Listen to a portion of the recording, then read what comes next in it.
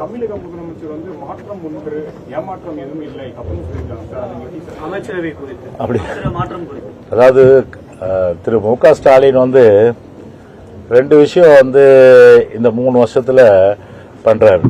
நாட்டில் எவ்வளோ பிரச்சனைகள் இருக்கு. இப்போ இலங்கையில் பாருங்க, தினம் தினம் வந்து நம்முடைய மீனவர்கள் வந்து செத்து பிழைக்கிறாங்க.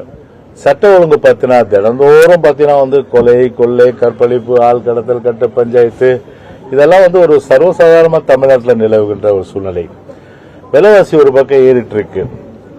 அது மட்டும் இல்லாமல் சொத்து வரி, மின்சார கட்டண உயர்வு, பால் விலை உயர்வு, இப்படி பல்வேறு வரி உயர்வால் மக்கள் பாதிக்கப்படுறாங்க.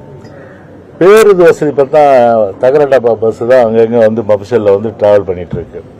மழை வருது, இப்போ மழையில் வந்து உள்ளே கொடை பிடிச்சிட்டு போகிற ஒரு சூழல் இருக்கும். ஒரு புதிய பேருந்துகள் வாங்கணும், அடிப்படை கட்டமைப்பு வசதி பராமரிக்கணும், சட்ட ஒழுங்கை வந்து பாதுகாக்கணும். இந்த எண்ணம் எவ்வளோ சொல்லலாம். இந்த எண்ணம்லாம் கொஞ்சம் கூட இல்லாத 2 வேலை தான் அவர் பண்ணிட்டு இருக்காரு.